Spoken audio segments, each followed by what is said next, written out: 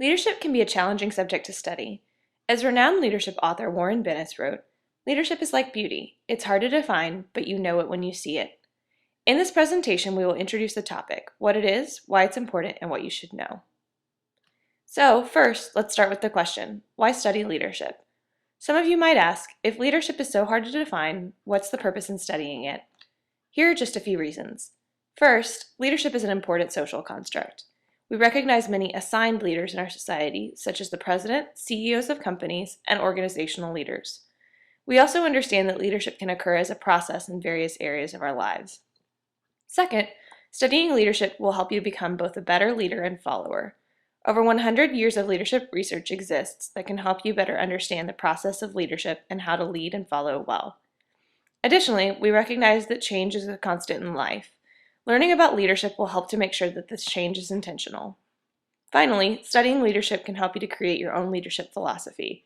There are a variety of theories and models, but it is most important for you to create your own construct and utilize it.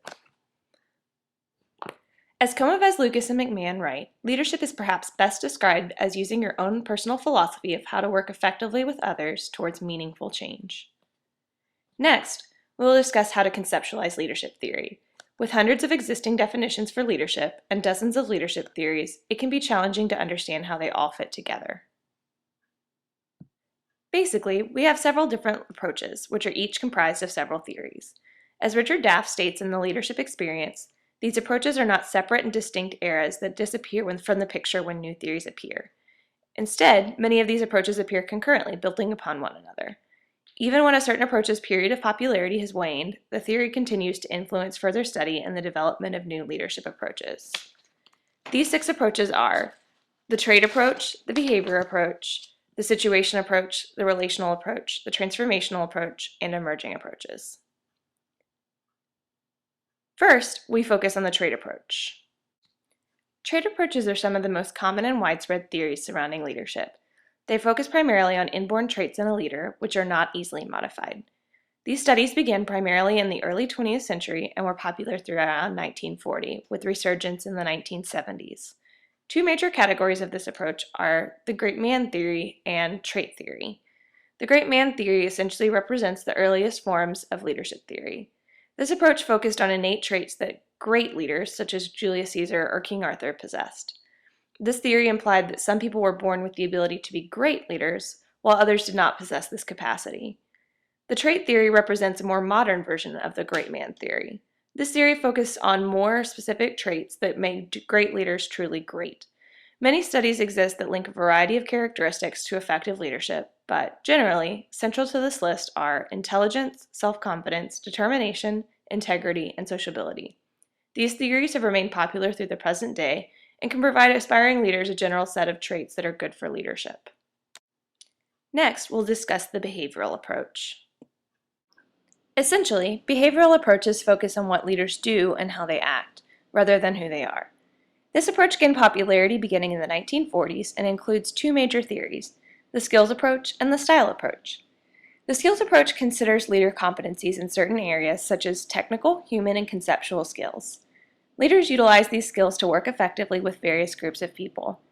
Certain management levels may require more of one skill than another, and leaders will emphasize different skills or competencies depending on the group. The style approach is another kind of behavioral approach, one that focuses exclusively on what leaders do and how they act. It is composed of two general kinds of behaviors, task behaviors and relationship behaviors.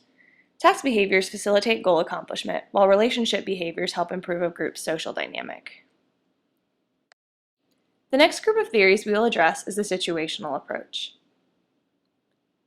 As its name implies, the situational approach takes into account the situation and emphasizes matching leader style to subordinate needs. There are 2 types of behaviors in this approach, directive or task behaviors, and supportive or relationship behaviors. The approach emphasizes leader flexibility as well. The situational approach encompasses 2 major theories, contingency theory and path goal theory. Contingency theory emphasizes matching a leader's style to a given situation. Aligning leader-member relations, type of task structure, and the position's power are critical to understanding what style of leadership is most effective. The path goal theory is somewhat similar, but it places focus on subordinate motivation rather than the situation. Essentially, this theory is about how leaders motivate subordinates to accomplish designated goals. We will next consider the relational approach.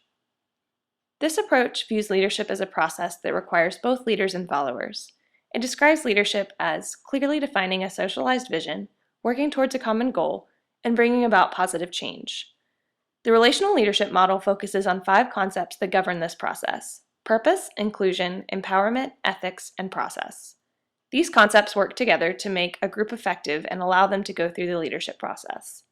2 specific theories included in this approach are Comavez, Lucas, and McMahon's relational leadership model, and the leader-member exchange theory. The transformational approach is next. In general, this approach describes how leaders can initiate, develop, and carry out significant changes in organizations. Transformational leaders are a part of a process.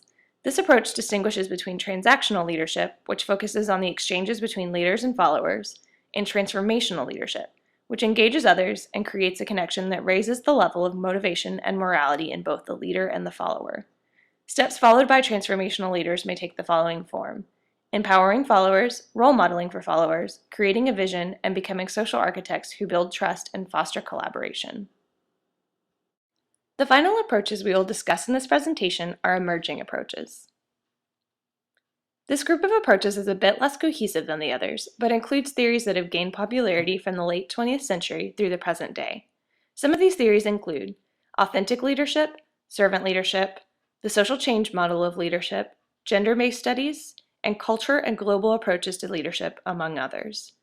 As each of these theories gains momentum and more scholarship amasses for each topic, they will likely develop into separate and distinct approaches. As a whole, this group of theories is more value-based and considers leadership a process between leaders and followers. In summary, there are multiple approaches to leadership. No single definition encompasses all of the many conceptions of what leadership is, who it involves, and what it means. In the end, it's important to learn about many approaches and construct your own definition of leadership. Every person understands this concept differently, and it is critical to develop your own intelligent opinions on the topic. That's all, folks. I hope you enjoyed it and learned something new.